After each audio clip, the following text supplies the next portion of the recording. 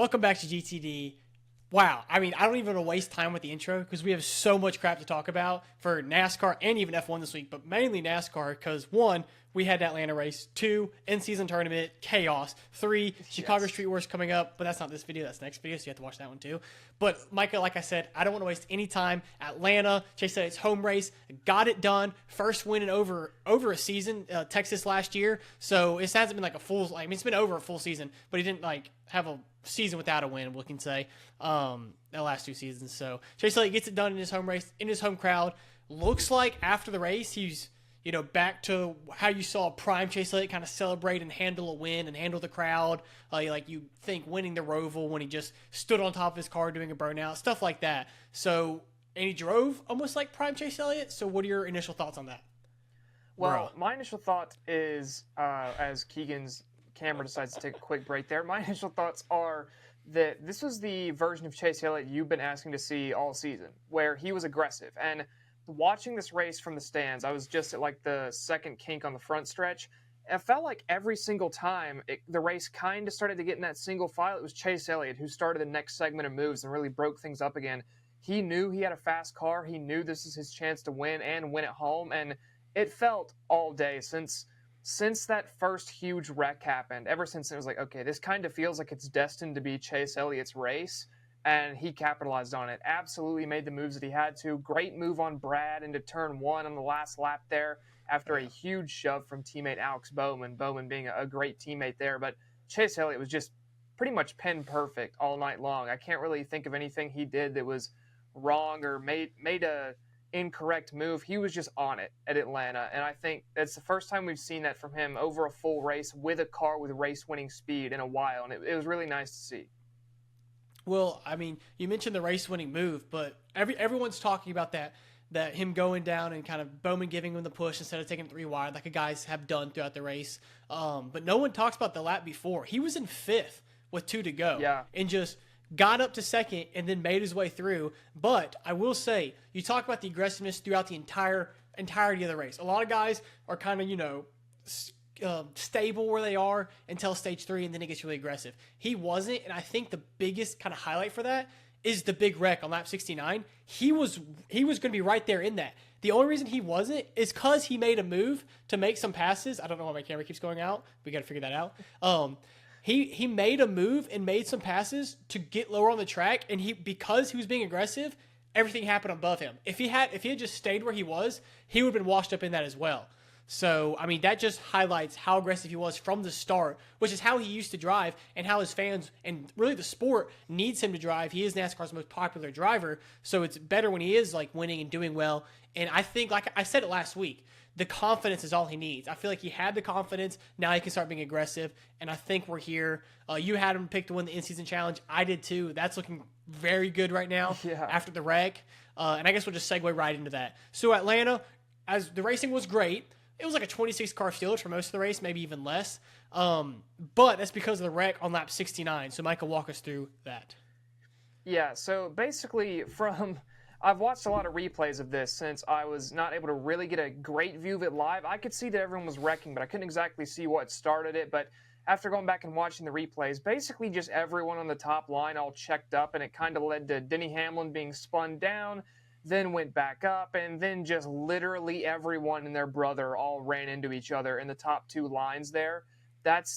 I think I'm correct, so that's definitely the biggest wreck at New Atlanta and one of the biggest plate wrecks or super speedway wrecks we've seen in a long time. And I remember I was staring, looking at that, I was like, oh, so everyone's bracket is dead now. And it turned out that was exactly correct. There are literally 0 remaining brackets after that wreck. And shout out to Ty Dillon for, I think, the clip of the week saying, shout out Denny Hamlin fans, I just beat your favorite driver, which Incredible. Denny Hamlin came on his podcast, so that was great. So massive props to Ty Dillon for that. But that wreck was just, it felt like there were 2 races. There was the race before the wreck where it was all the Penske cars chilling up front, just kind of doing field control. Then there was the wreck that took out Blaney and Christopher Bell, little minor wreck there. I guess Bell stayed in it, but really took out Blaney. And then the race after the huge wreck. And after that wreck, it was the RFK cars, it was Chase Elliott, it was Alex Bowman, and weirdly it was Zane Smith too. I feel like he was up front for a good portion of this race, but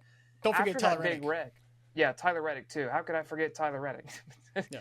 There was it was really those 6 or 7 guys after the wreck that you knew, okay, unless something crazy happens, one of these guys is probably winning this thing.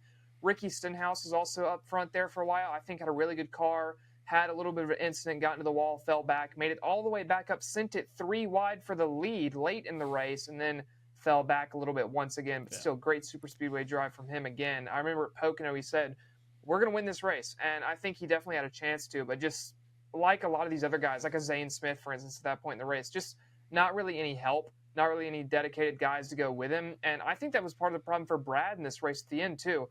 I think Brad did have the best car all day. I believe I texted you on lap 6 or something that says I think Brad is the best car today. Although I think at the start of the race, Hocevar was up there sheerly because of his aggressiveness. But Brad's car all day just felt like he could go low, high, whatever he needed to. But at the end of the race, just didn't have the teammate support with him. Chris Buescher's car just kind of faded, and then Ryan Preece with the damage on the front. And by that point, Brad was just, he was showcasing his skill at these kind of races. He was absolutely controlling it, just not quite able to hold off a flying Chase Elliott there at the end. But this 6 car is definitely going to be dangerous at Daytona later this year, and they've had just general speed, which isn't something we've seen all year. The new RFK stuff is really working well, so I'll be excited to see where they can go from here. Yeah, in one of the, I guess halfway through the race, I was really just hoping, I was like, okay, these 1-car runs are great and it's mixing things up, but I was like, what if like 2 cars or 3 cars get a run and try and use that together? And we saw that one time. We saw it a few times, but the one time we really saw all 3 cars get a run and go to the inside and make a move was the end of stage 2, the last lap of stage 2. Because I was like, I just want to see what would happen if that does happen. And they did do it. And Chase Elliott was leading that pack. Tyler Reddick was leading the outside pack, just kind of staying out in the lead where he was. And then 2 or 3 cars got a run, went down together, and you kind of saw like, okay, those 3 cars that had a run shot out in the corner. Higher side had the momentum all night, so they got the momentum. But just because that car on the bottom had the help behind them to kind of go with them, it kind of evened out the momentum, like I guess a third off the corner, and it was just, that Talladega Daytona style finish where it's just, neck and neck like that, and that was fantastic to watch. I reminded it because you said Brad Keselowski didn't have any help on the end, and I feel like if he had help, not necessarily an RFK car, just anybody but Bowman, that got right behind him to go down, and I think that was what killed that. But if it had been the car in third that went down to help Chase Elliott, and you had let's say it's not Bowman because he's not going to ditch his teammate, so another car on the outside. Yeah, I think it really would have been a finish just like stage 2, because when multiple cars got a run and they could hold that inside and kind of compete with the momentum coming off the corner on the outside, that was cinema, dude. I mean, that was incredible. Stage 2 finish was great. The race finish, I mean, I'm not complaining about anything. It was great, but I do hope that when the drivers go back and watch the race like they do, they see that and go, okay, next time a guy in front of me gets a run, why don't I just follow his run and kind of, see what happens? Because they were scared to kind of get hung out. Because a lot of times when 2 cars would make a run, the lead car would just get back up as soon as possible instead of kind of sticking it out and seeing what would happen. But I think when they watch that, they'll realize. And if you got stuck on the bottom by yourself in this race, you were going backward fairly quickly. I feel like I saw it happen to Connor Zilic about 87 times, appropriately for the car number, in this race, where he would try to go to the bottom from about 12th or 13th, and just no one would go with him, and he would go back to 17th, and then he would get back up to 11th or 12th, and then go right back to 17th. I felt like I was watching that on a loop for a period of the final stage. Just couldn't quite get it to work like he did in the Xfinity race the day before. But I do think that his finish of 11th with pretty much no damage on that 87 car needs to be commended in that chaotic of a race for his second oval start in the Cup Series ever and first super speedway start in the Cup Series ever. I think that's really impressive from the young kid. I know I am a Connor Zilic fan, but still, I think regardless of if you're a fan of his or not, you have to regard an 11th place finish in that race in his first super speedway start in the Cup Series as fairly impressive. And another guy that I think we need to talk about is Eric Jones. Came home top 5 today, and I believe has the 4th or 5th most points in the last 5 races. The 43 team is hot right now. I remember a couple of weeks ago, I was like, are we going to see a legacy car point their way in? And I still don't think that happens. There's just too many wild card tracks left. But he's now just 2 spots out of the playoffs, 49 points down. So theoretically not impossible. And if Legacy keeps bringing the speed, I mean, John Hunter Nemechek was really fast too for a lot of this race, ended up with the fastest lap. So I feel like this is a team we're talking about every week. They're bringing speed. They're right there. And I'm not sure either of these guys are quite good enough road course racers to capitalize on it. Maybe John Hunter has a chance, but I think really at Daytona, you're going to need to watch these guys because they've been getting more and more aggressive as these cars get faster and faster over the summer, and they're really driving well, both of them. Yeah, Daytona, certainly. And I do think I wouldn't count anybody out this week in Chicago. We'll get into that later in our episode later this week. There is rain forecasted, a little FYI. So, I mean, we've seen it the last 2 years. I wouldn't count anybody out of this race. But we'll move on from that. And we'll go to our pick review because we can kind of just take our picks and ball them up and throw them out the window because that's how this race just went like for literally everybody. Yeah. So I took the Todd father, and you took Ricky Stenhouse Jr. because he said he was going to win the race as our dark horses. And your guy actually, put together a really good race. I missed the dark horse top 5 by 1 spot. He came home 6th. Yeah, and I remember we had this conversation maybe the first time we went to Talladega this year about is Stenhouse even a dark horse in super speedways, and I let it slide just because it was cool that he said it and you chose him. But coming to Daytona, I'm not letting you choose him as a dark horse. He's not a dark horse at Daytona. Fair enough. And then Todd Gillen. I mean, that was one where if he didn't get cut up, it was one of the wrecks in Stage 3. It wasn't the big one, but there was one, I believe, maybe it was the SVG wreck. I'm not sure, but there was one wreck where he kind of smacked the outside wall and the car wasn't the same. But before that, he was running top 10. So I think without that, he might have had a chance. As for the win picks, we both went with Penske cars, and literally all of the Penske cars got absolutely obliterated in this race. Yeah, I went with Austin Cindric, who was very fast early, was running second behind Logano for a lot of this race, led some laps, and then ended up getting just obliterated. And pretty much the same for your guy, Ryan Blaney. Yeah, I mean, I feel bad for RFK because Brad came so close again, and it's heartbreaking for that team trying to break through and get their first win this season. But if you're Team Penske, you want to forget that weekend ever happened. You qualified 1 through 4, and you were only caught up. Really, you're only caught up because of a strategy choice. You chose to come in, like Chase Elliott stayed out, a few other guys stayed out. You chose to come in, and it puts you not even in the back of the pack, like 9th through 14th, I think was where they were scattered out. Yeah. And then it's just wrong place, wrong time. I mean, right after they came out of pit road and restarted, I mean, it was rough for them. But, Ryan Blaney wasn't involved in the lap 69 incident. That's because he was already taken out. Yeah, he was before that because recently Ryan Blaney had a not a plate track, a super speedway.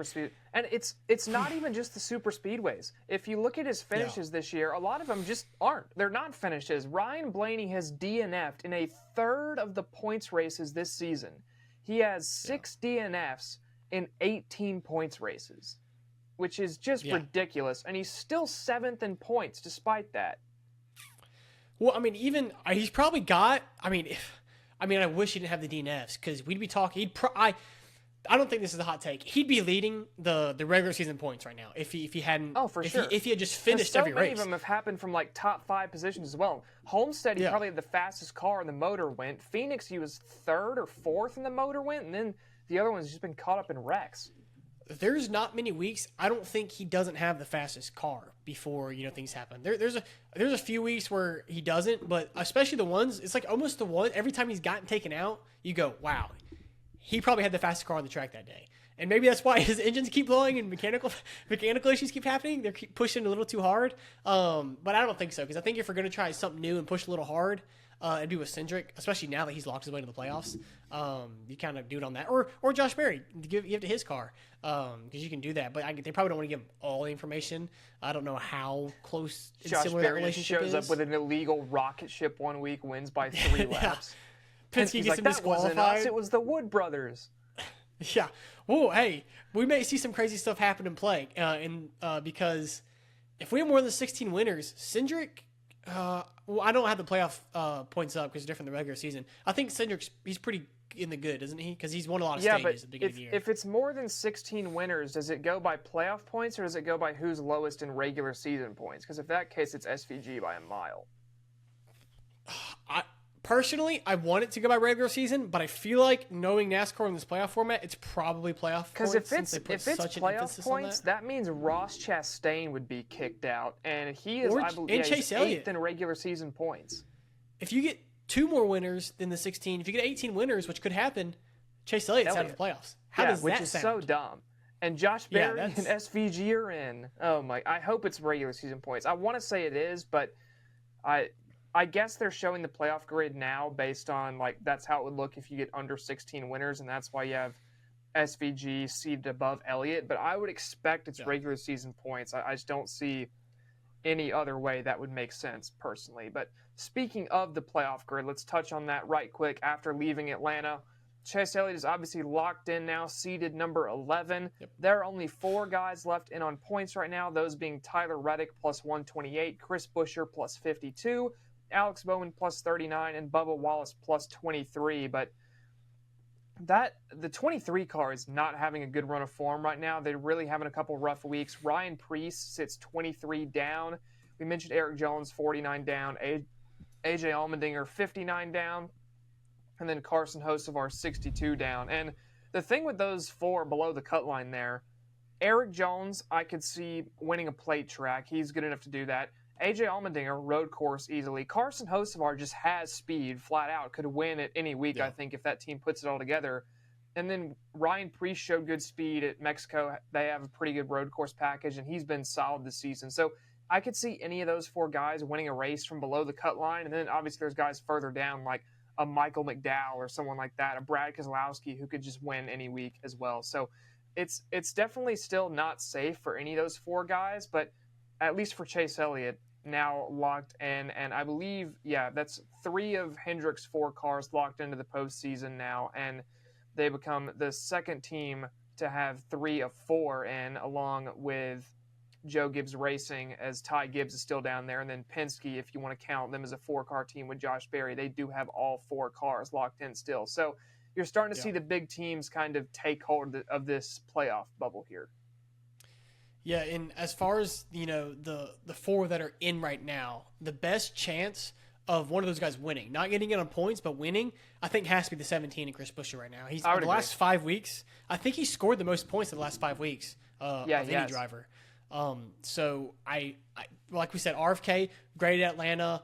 He was in the mix for a while, made some bad moves at the wrong time. We saw it happen to every driver. He just, once he got back, it was I don't think harder that for car him was to get great in front. either. That car looked super tight all night. Yeah, he was pretty much behind Brad Keselowski in second the whole race. So once he got back to like 5th and 6th in that dirty air, he just didn't have the muscle to kind of mow through like some of the Chevrolets did that we've talked about. But I still think he's got the best shot to win a race. We got road courses coming up. He's great at those. Our RFK can bring speed at an intermediate. I don't see how he doesn't win a race in these next few. Yeah, I agree. But it's going to get tight. But if you want to hear us talk more about the playoffs and the cut line moving and who can shake things up, we got Chicago this weekend, and that's going to be a huge shakeup. So check out that video. We'll talk about the playoffs. We'll also talk about the brand new tournament challenge we have since the old one's corrupted or whatever. There's only like a few guys who we picked to go on, so we'll pretty much talk about a brand new startup with that bracket. And just get ready for Chicago. So tune into that. F1, we had a big week last week. Another huge week with Silverstone coming up this week. Always a fun race.